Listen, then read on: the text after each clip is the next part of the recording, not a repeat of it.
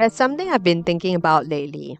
Why is it that children can make art so freely and adults can sit in front of a blank page and feel as though they are currently under attack?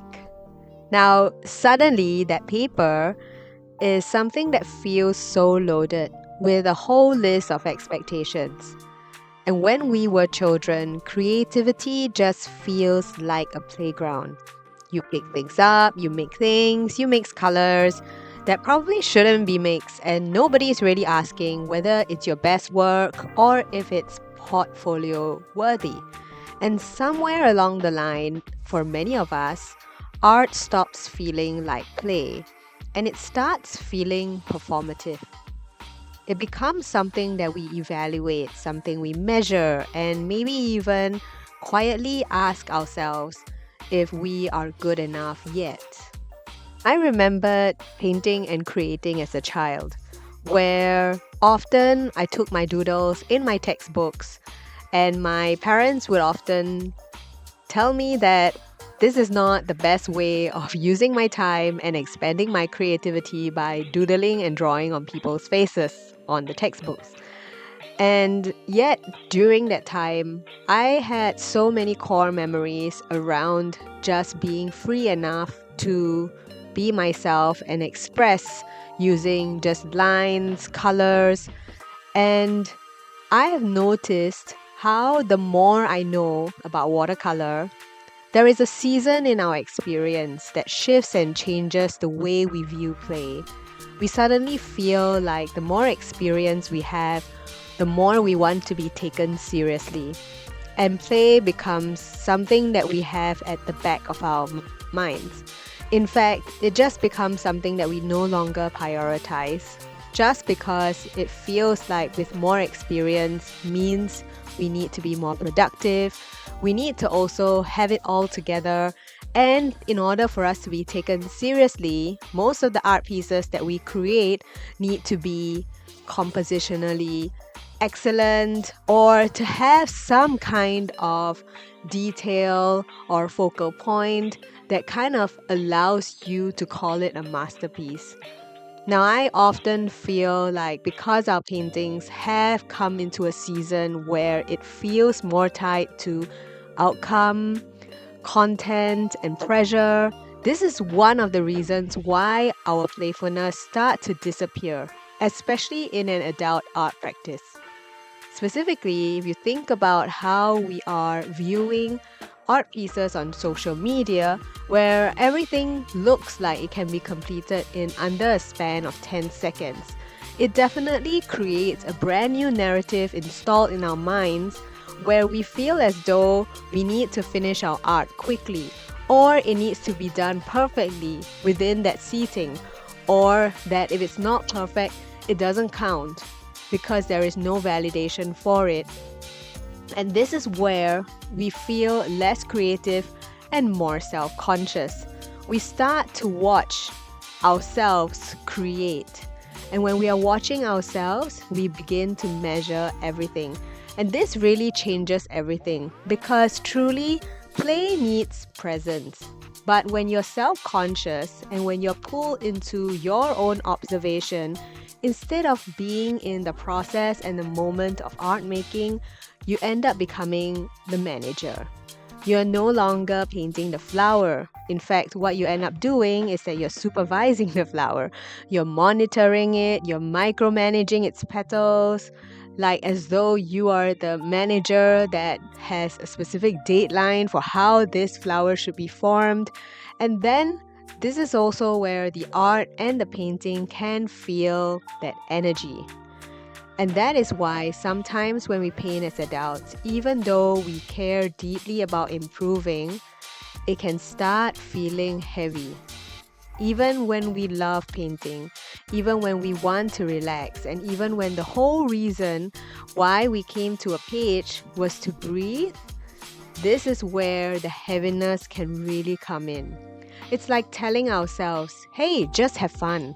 But internally, we're running some kind of performance review. These are really difficult conditions for fun. And I think adulthood also brings a few things into the studio that children don't carry in the same way. The first thing is judgment. Adults are very practiced at judgment. We judge our calendars, our productivity, our bodies, our choices, our homes, our emails, our ability to remember why we walked into a room. So, of course, we're going to judge our paintings. We don't just paint a leaf, we paint a leaf and immediately start asking, is it loose enough? Does it look stiff? Does it look childish? Should I post this? Should I start over? Why is the leaf behaving like this? And now this leaf has become a full-blown psychological event. Now the good question here would be, why does my inner critic sound like this when I paint? Or what kind of thoughts show up for me when painting isn't going the way I hoped? And I feel like this is such a nice way to ask yourself honestly about the thinking patterns that are popping up as we are painting. Now, the second thing that we bring into our paintings as adults is our attachment to outcome. As adults, we get often praised for results. We don't get praise for experimentation, for mess, for curiosity, or for questions. In fact, it's just results. We have learned to associate success with getting it right, being efficient, being clear, and being impressive. But art doesn't behave like this. And when we do art, it's almost like trying to befriend a wild cat. You can't just come to it and give it a checklist and expect it to follow the plan. Because this is where, when it comes closer, there will be softness. And when there is space, you begin to stop squeezing the magic out of it. That is what many of us do.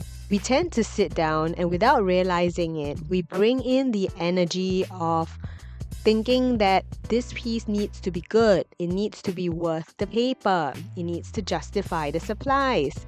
It should look better than my last one, or this should be the painting that proves that I am finally improving. This is not really play. In fact, if you think about it, it's almost like a creative hostage situation. And then we begin to wonder why we feel stiff and tight. So I want you to think about moments where you are wondering if you have painted for fun instead of painting for proof, where you're not proving anything, whether it's improvement, creativity, or time, or productivity. And I want you to think about the shift in yourself when you begin painting for play instead. I remember a time where I had first gotten my 100% cotton paper.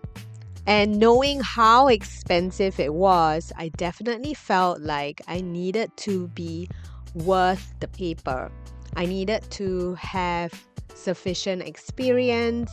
I needed to be able to justify the cost of being able to use that paper, whether it is through experience or whether it is through knowledge or all of this. And I realized how much I was thinking about my own ability to perform before I could execute on that piece of paper.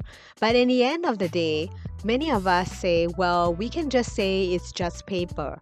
But at the same time, it is not as simple as that because of the different costs that come into play. And this truly, my friends, is the process of painting. Not about how much you know, but how much you are aware of where you are right now. Your headspace, your emotional understanding of creativity, and your readiness and willingness to just show up and paint, even when it doesn't count. The third thing that steals playfulness is probably being watched, even when no one is physically there. I think many adults paint with an invisible audience in the room.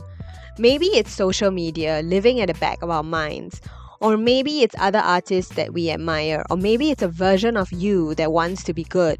But this imagined person or audience that is quietly sitting in a corner, drinking tea, judging all your brushstrokes, this is where we feel like we are not fully alone. We are painting, but also anticipating how the painting might be perceived. And that anticipation creates tension because playfulness requires permission to be a little ridiculous, like making odd marks, trying something uncertain, and really letting a painting look awkward before it becomes interesting.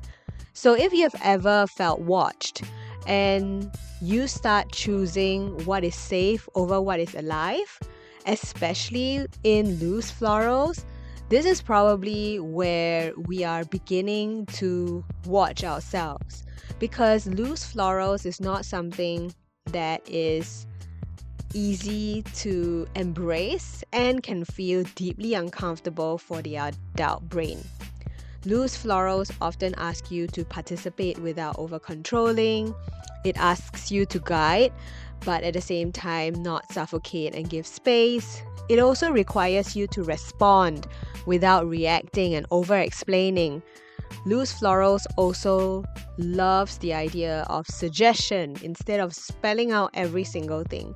Loose florals is basically the artistic version of a saying that goes, "I trust this enough not to poke at it every 5 seconds," which for many of us is not a very natural response.